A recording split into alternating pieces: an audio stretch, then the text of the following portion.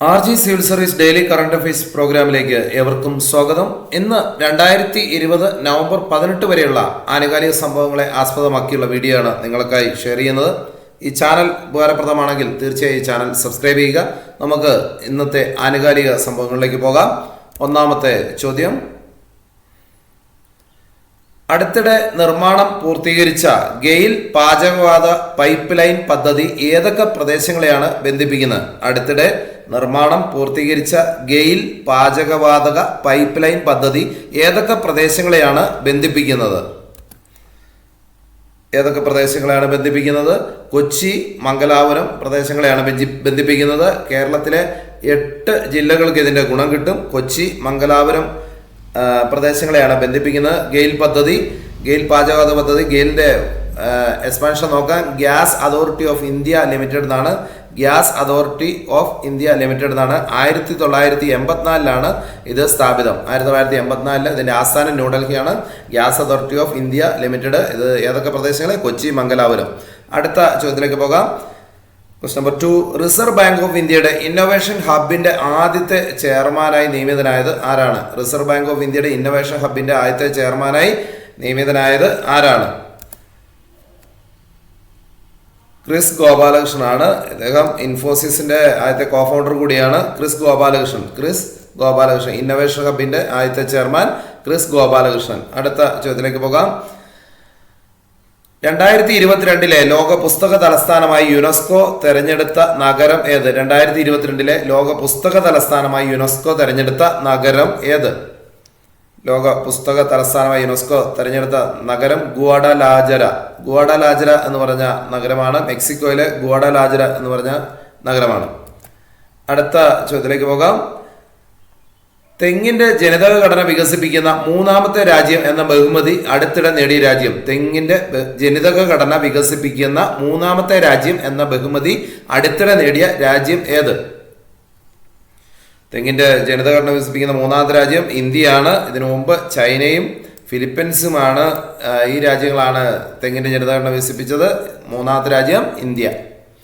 അടുത്ത question, 2020 BRICS രാജ്യങ്ങളുടെ ഉച്ചകോടിയിൽ ആതിഥ്യം വഹിച്ച രാജ്യം ഏത്? 2020 ബ്രിക്സ് രാജ്യങ്ങളുടെ ഉച്ചകോടിയിൽ ആതിഥ്യം വഹിച്ച രാജ്യം ഏത്? റഷ്യയാണ് ആതിഥ്യം വഹിച്ചത്. 2020 ബ്രിക്സ് രാജ്യങ്ങളുടെ ഉച്ചകോടിയിൽ ആതിഥ്യം വഹിച്ച രാജ്യം റഷ്യയാണ്. ബ്രിക്സ് എന്ന് പറയുന്നത് 5 രാജ്യങ്ങൾ ഉൾപ്പെടുന്നതാണ്. Brazil, Russia, India, China and South Africa. Brazil, Russia, India, China and South Africa, BRICS. അടുത്ത ചോദ്യത്തിലേക്ക് പോകാം. 2022 ഫിഫ അണ്ടർ 17 വനിതാ വേൾഡ് കപ്പിന്റെ വേദി? 2022 ഫിഫ അണ്ടർ 17 വനിതാ വേൾഡ് കപ്പിന്റെ വേദി ഏത് എന്നുള്ളതാണ് ചോദ്യം.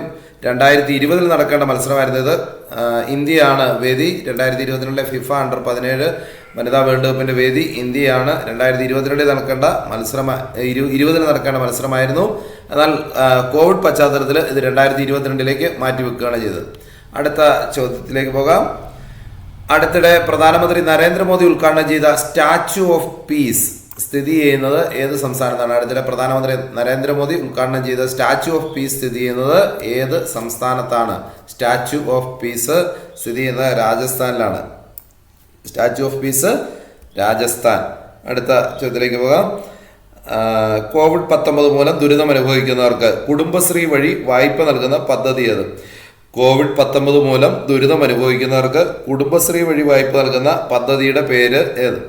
സഹായഹസ്തം എന്നാണ് കുടുംബശ്രീ വഴി വായ്പ നൽകുന്ന പദ്ധതി, സഹായഹസ്തം. അടുത്ത ക്വസ്റ്റ്യൻ, ഇന്ത്യ, US, ജപ്പാൻ നാവികസേനകൾ സംയുക്തമായി നടത്തുന്ന വാർഷിക സൈനിക അഭ്യാസം ഏത്? ഇന്ത്യ, US, ജപ്പാൻ നാവികസേനകൾ സംയുക്തമായി നടത്തുന്ന വാർഷിക സൈനിക അഭ്യാസം ഏത്?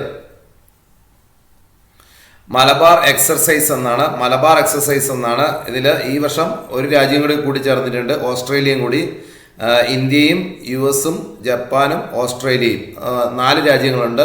ബംഗാൾ അറബിക്കടലിൽ നടക്കുന്ന അഭ്യാസത്തിൽ ഈ വർഷം ഓസ്ട്രേലിയയും പങ്കെടുക്കും. മലബാർ എക്സർസൈസ്. അടുത്ത ചോദ്യം, ഏത് ഏഷ്യൻ രാജ്യത്തെ സർക്കാർ വിരുദ്ധ പോരാട്ടം 1 വർഷം തികച്ചതിന്റെ ഓർമ്മയ്ക്കായിട്ടാണ് സ്ഫോടനത്തിന്റെ അവശിഷ്ടങ്ങൾ ഉപയോഗിച്ച് പ്രക്ഷോഭകർ ഒരു വനിതയുടെ പ്രതിമ നിർമ്മിച്ചിട്ടുള്ളത്? ഒരു വനിതയുടെ പ്രതിമ എന്നുള്ളതാണിത്.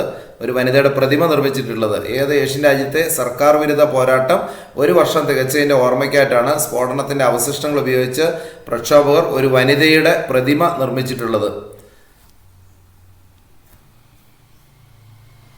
ലെബനൻ്റെ ആണ്, ശ്രദ്ധിക്കുക, ലെബനൻ എന്നാണ് ഇതിൻ്റെ ഉത്തരം.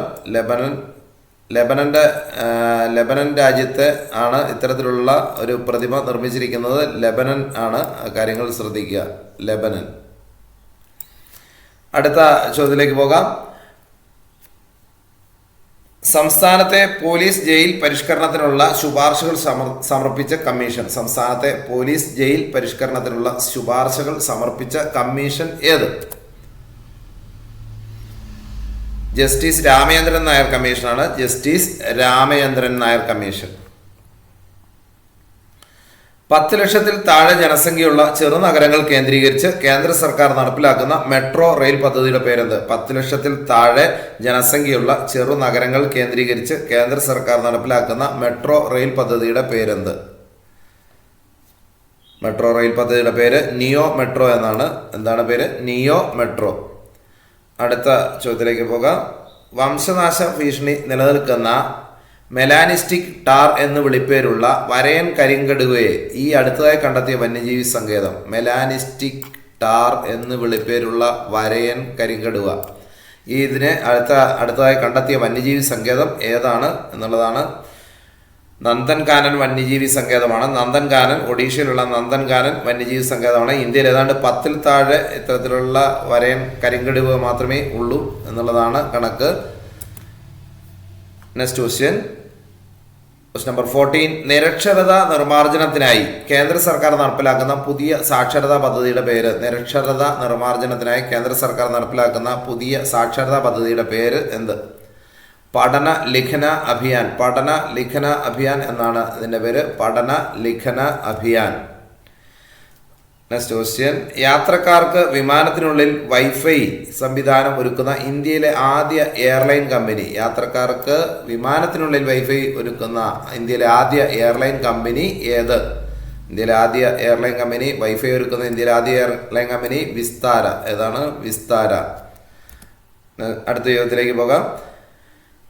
ഇ ഗവേണൻസിന്റെ ബോധവൽക്കരണാർത്ഥം കേരള സർക്കാർ നടപ്പാക്കുന്ന ഡിജിറ്റൽ സാക്ഷരതാ പദ്ധതി? ഇ ഗവേണൻസിന്റെ ബോധവൽക്കരണാർത്ഥം കേരള സർക്കാർ നടപ്പിലാക്കുന്ന ഡിജിറ്റൽ സാക്ഷരതാ പദ്ധതിയുടെ പേര് എന്ത്? ഡിജിറ്റൽ സാക്ഷരതാ പദ്ധതി ഐ ആം ഓൾസോ ഡിജിറ്റൽ എന്നാണ്. I am also digital. I am also digital. Question number 17. 7 വൻകരകളിലെയും ഉയരം കൂടിയ കൊടുമുടികൾ കീഴടക്കി ലിംക ബുക്ക് ഓഫ് റെക്കോർഡ്സിൽ ഇടം നേടിയ ഇന്ത്യക്കാരൻ? 7 വൻകരയിലെയും ഉയരം കൂടിയ കൊടുമുടികൾ കീഴടക്കി ലിംക ബുക്ക് ഓഫ് റെക്കോർഡ്സിൽ ഇടം നേടിയ ഇന്ത്യക്കാരൻ സത്യരൂപ് സിദ്ധാർത്ഥ. സത്യരൂപ് സിദ്ധാർത്ഥ പശ്ചിമ ബംഗാൾ, കൊൽക്കത്തക്കാരനാണ്. സത്യരൂപ് സിദ്ധാർത്ഥയാണ്. 37 വയസ്സേ ഇദ്ദേഹത്തിനുള്ളൂ. 7 വൻകരകളിലെയും കൊടുമുടികൾ കീഴടക്കി ലിംക ബുക്ക് ഓഫ് റെക്കോർഡിൽ ഇടം നേടിയതാണ്. ഈ നേട്ടത്തിലെത്തുന്ന ഏറ്റവും പ്രായം കുറഞ്ഞ വ്യക്തിയാണ്. 37 വയസ്സുകാരായി. അടുത്ത ചോദ്യത്തിലേക്ക് പോകാം. പൊതുഗതാഗതം സൗജന്യമാക്കിയ ലോകത്തിലെ ആദ്യ രാജ്യം ഏത്? പൊതുഗതാഗതം സൗജന്യമാക്കിയ ലോകത്തിലെ ആദ്യ രാജ്യം ലക്സംബർഗ് ആണ്. പൊതുഗതാഗതം സൗജന്യമാക്കിയ ആദ്യത്തെ രാജ്യം ലക്സംബർഗ്. ഈ ചാനൽ നിങ്ങൾക്ക് ഉപകാരപ്രദമാണെങ്കിൽ തീർച്ചയായും ചാനൽ സബ്സ്ക്രൈബ് ചെയ്യുക. ഒപ്പം തുടർന്നുള്ള ഡെയിലി കറണ്ട് അഫയേഴ്സ് ലഭിക്കുന്നതിന് വേണ്ടി ബെൽ ഐക്കൺ എനേബിൾ ചെയ്യുക.